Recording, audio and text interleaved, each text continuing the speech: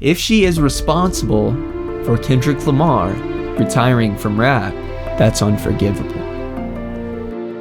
But the more that I think about it, almost every song in the album pairs with its mirror in some way, as Keem is still providing for his family, but sending a message that he has not forgotten his grudge. If it does get confirmed, put this shit in the Louvre, baby. Mwah!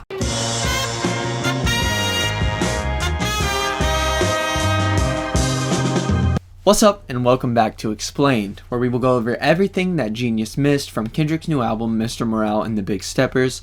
This includes theories, this includes themes, and punchlines that Genius annotators missed. So, without further ado, you ever see your mama strung out while you studied division? Your uncle ever stole from you day after Christmas? The song begins with an opening from everyone's favorite German spiritual and self-help teacher, Eckhart Tolle, as he discusses using a victim mentality as an identity. This transitions wonderfully into Keem's exceptionally long verse detailing his hardships. Keem raps, "My uncle would tell me that in the movies could only be magic. This year I did 43 shows and took it all home to buy him a casket." This could be a reference to one of Keem's and therefore Kendrick's uncles that has passed away, but because I couldn't find anything else suggesting that, I'm going to assume that it's not.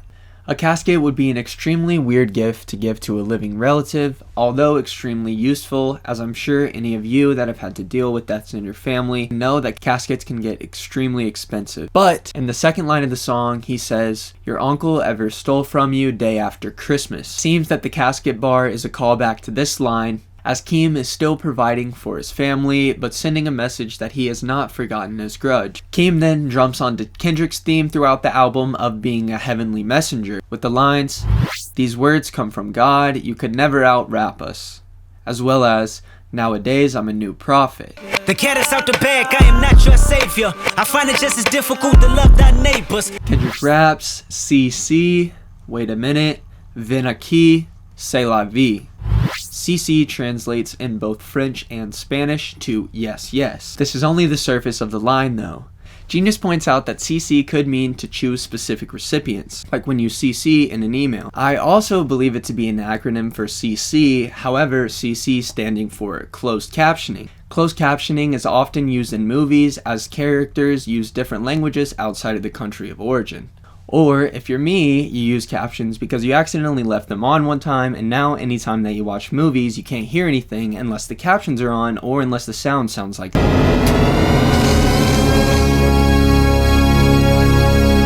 The annotations on this song on Genius are actually not that bad, and I don't want to just repeat things that they've already said, so instead, I'll do a giveaway. Basically, I'm giving away any one of these 3 albums. You can pick your choice. All you have to do is subscribe and go retweet the tweet, which will be linked in the description, and you will be entered. I will contact a winner sometime next week, and that will be through DMs on Twitter.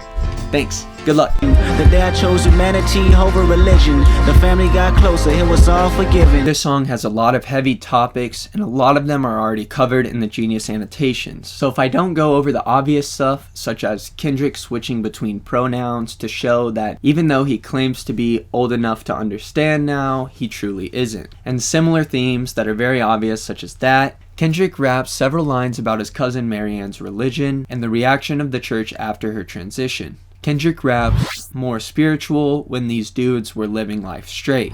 A play on the word straight, meaning both in line with their religious beliefs and straight in terms of sexuality. The pastor, however, looks past the devout faith of Marianne, instead targeting her and prompting one of my favorite bars on the album. I said, "Mr. Preacher Man, should we love thy neighbor? The laws of the land of the heart was greater." Or in Kendrick's eyes, the day he chose humanity over religion. The final line of the song is genius, as Kendrick finally seems to be at a point where he understands now, after claiming to have understood throughout the entire song, perfectly concluding the theme of understanding and completing Kendrick's transformation of thought on the subject. Uzi, your father's in deep meditation, my spirit's awakened, my brain is asleep. Kendrick again taps into the theme of reincarnation seen all throughout the album, talked more about it. talked more about in part 2 of the series, but you don't need to watch them in order. I'll link part 2 at the end. But he also again taps into the theme of his infidelity, as well as referencing Kanye West. Kanye raps on New Again that he lived 100 lives and had 100 wives. Kendrick multiplies the concept by stating, I must had 1,000 lives and like 3,000 wives, the ratio of wives to lives being the main difference in the two bars. Again, a reference to the previously mentioned infidelity. The concept of needing to heal the listeners or being responsible for them is something that Kendrick seemed to have freed himself from in Savior. However, he raps, who in alignment like us? Who gotta heal them all? Us. Alignment surely being in a spiritual sense, possibly meaning chakra as referenced earlier in Worldwide Steppers. The synchronization of energy chakras, or rather alignment of them, as chakra points in the body are in line from head to pelvis. Yeah, I said pelvis. What other word do you want me to say, okay? You want me to say fart box instead? Huh? Or Kendrick feels that he is in alignment with God. This makes sense when thinking about the earlier references Kendrick makes being spoken through. It could also be theorized that Kendrick no longer feels the need to be a savior, but rather believes that due to his alignment, the healing will come through his music naturally. And another confirmation to this theory happens at the beginning of the second verse when Kendrick raps, my spirit's awakened, my brain is asleep. I think about Robert Kelly. If he weren't molested, I wonder if life would fail him. This one is bumpy, so strap in. The line seems pretty self-explanatory. However, if we think about this section of the album acting as therapy sessions, confirmed and Count Me Out, then it would make sense that Kendrick would be referencing things that happened earlier in the album. This line seems to be a combination of two different lines spoken on two different songs and referencing two different themes, with Eckhart Tolle saying on the intro of Savior Interlude, if you derive your sense of identity from being a victim, let's say bad things were done to you when you were a child, tapping into the theme of childhood trauma that is referenced on almost every song on the album. But in We Cry Together, Kendrick has the blame for R. Kelly's abuse placed on him by his partner, which was not a coincidental line, as Kendrick campaigned to reinstate the music of R. Kelly and other musicians after Spotify was removing them. He said that his position was a position against censorship. This touches on the theme of responsibility in a position of power. These big thoughts in Kendrick's head combined to form the line we originally started at, wondering if R. Kelly would have turned out different had he not faced the abuse he did. At the end of his second verse, Kendrick says, I'm sacrificing myself to start the healing. Hold up. This guy doesn't think he's Jesus, does he? It's feeling a little Jonestown-y, if you know what I'm saying. Although, he could mean sacrificing himself by creating music, and therefore sacrificing many other things, such as life and time with his family. And then, as stated earlier, the music will bring the healing. So listen close before you start to pass judgment on how we move, learn how we cope. Kendrick begins verse 1 with, I'm sensitive, I feel everything, I feel everybody. One man standing on two words, heal everybody, which shows the transformation he has gone through over the course of the album, signaled by the next word in the song literally being transformation. A far cry from his line on N95 where he says he is done with the sensitive. Now that I'm thinking about it, N95 is the second song on the album, and Mother I Sober is the second to last song. The N95 and Mother I Sober choruses also directly contrast, with N95 being very cocky and confident, boasting that everyone copies off us, while Mother I Sober's chorus is about wishing to be anyone but yourself. Furthermore, Mirror, the final song on the album, has a direct reference to the refrain of the opening track, United in Grief, with the line, disregarding the way that I cope with my own vices. These two songs directly relate to the same topic, as Kendrick went from defending the way he grieved to now choosing himself.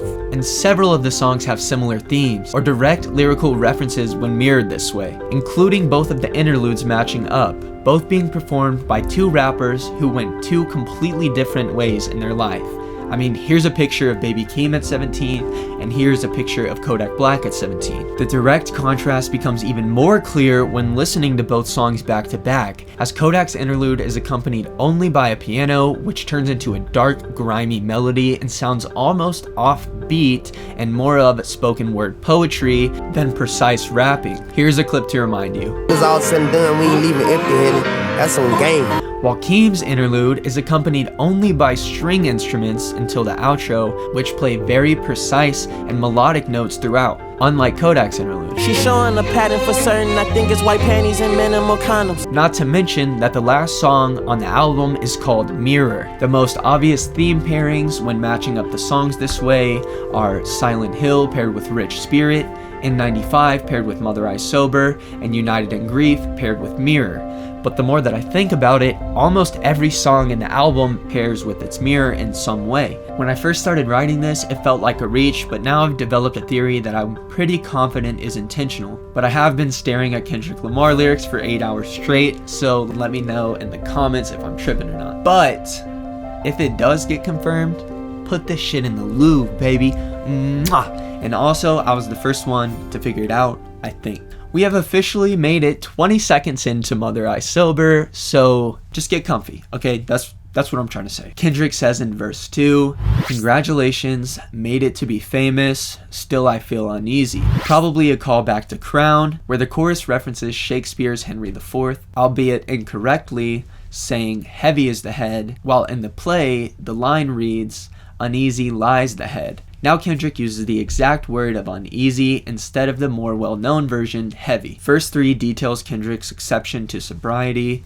his lust addiction. A direct relationship between this addiction and Kendrick's childhood story appear in this verse, as he acknowledges the use of women as a coping mechanism for the trauma he endured during his childhood. Upon asking why no one believes him whenever he said his cousin didn't touch him, Kendrick finds out that his mother too had been sexually assaulted, tying back into the theme of childhood trauma affecting generations. A few lines later, he says, "I know the secrets every other rapper sexually abused." Many hip-hop figures have spoken out about dealing with trauma and dealing with this in childhood. This also makes the bar and Mr. Morale about Tyler Perry make more sense, as Tyler Perry has openly spoke about his experience dealing with trauma from sexual abuse. Hold on. Before we go any further, let's talk about another one of Eckhart Tolle's beliefs called pain bodies. This is referenced directly in the outro of Mr. Morale, with a tape of Eckhart saying, "People get taken over by this pain body." Basically, what a pain body is a generational trauma.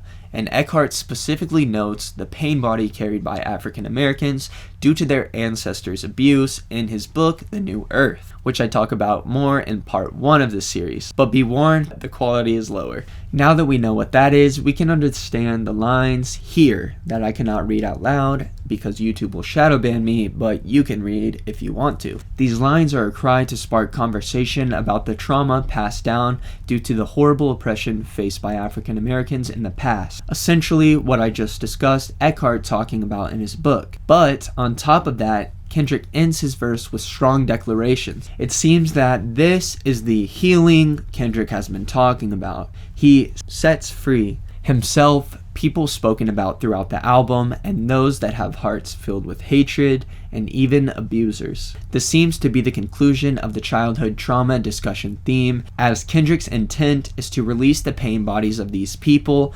therefore healing them. Alright, so if you're like me and you watch a bunch of horror movies or scary cult documentaries, you're probably thinking to yourself right now, man, that sounds a little cultish, huh? I was right with you, until you start to peel back the spiritual jargon and think about how traumas that affect one generation are easily carried to the next. For example, you probably have some of your parents' negative traits, regardless of whether you want to or not, and they most likely got some of those traits from their parents. This understanding makes it pretty easy to see how trauma as horrible as those suffered by African Americans that were tortured would carry a much deeper impact than basically literally anything else that I could think of. Kendrick attempts to converse on this subject in order to help and heal others. So basically, when you take all of the Jonestown-y stuff away, he is just saying that understanding how traumas affect you and changing that is good. And basically that is just therapy, if you didn't know that, which is what he's going through throughout the album. Sorry I didn't save the world, my friend. I was too busy building mine again. Oh man, we made it. If you're still watching, thank you for coming on this journey with me. I really hope it was worth your time, and if you have enjoyed it, please leave a like or subscribe. It's free. I mean, what do you have to lose? I really only have one thing to say for this song because it was pretty obvious what Kendrick was trying to get across, because he literally says it 22 times before he references the first song on the album, United in Grief. In the final lines of the song, Kendrick addresses the now infamous one-sided beef that Noname picked with rappers J. Cole and Kendrick Lamar. Even though they weren't named, it was pretty clear who she was speaking to. J. Cole responded to her with the single Snow on the Bluff. The only reason I mention any of this is because of the way this is worded. If this is Kendrick's last project, which I don't believe it to be, as I believe he will drop another album with PG Lang, but if it is, he just specifically blamed Noname for being the reason that he retired, especially given the last two lines. Maybe it's time to break it off, run away from the culture, directly after speaking about the confrontation with her and how it made him feel. I love Noname as much as the next guy, alright? Self is in my top 75 played all time. She has a couple of songs that I consistently go back to, but if she is responsible for Kendrick Lamar retiring from rap, that's unforgivable. The closing lines of the song refute my jokes about Kendrick seeing himself as Jesus, as he admits that he cannot save the world. Kendrick mentions constantly throughout the album that people look to him for answers, healing, or even view him as a savior, whether of the rap game or of the people. It seems clear that Kendrick is saying that he has his own world to focus on now, and he chooses himself. To be himself and do what he wants and pursue what he wants, not what we want. Thank you all so much for watching. Don't forget to let me know what you think about the mirror theory down below in the comments. Leave a like and subscribe. Don't forget about the giveaway. You can pick any one of these albums and I will ship it to you for free. All you have to do is subscribe and retweet the tweet linked in the description. If you like this video and this is the first one that you saw, go back and watch either of these videos. Be aware that the editing, mic quality, and lighting gets better as you proceed from 1 to 3. But if you do want to watch those videos, they will be linked here. Thank you so much for watching.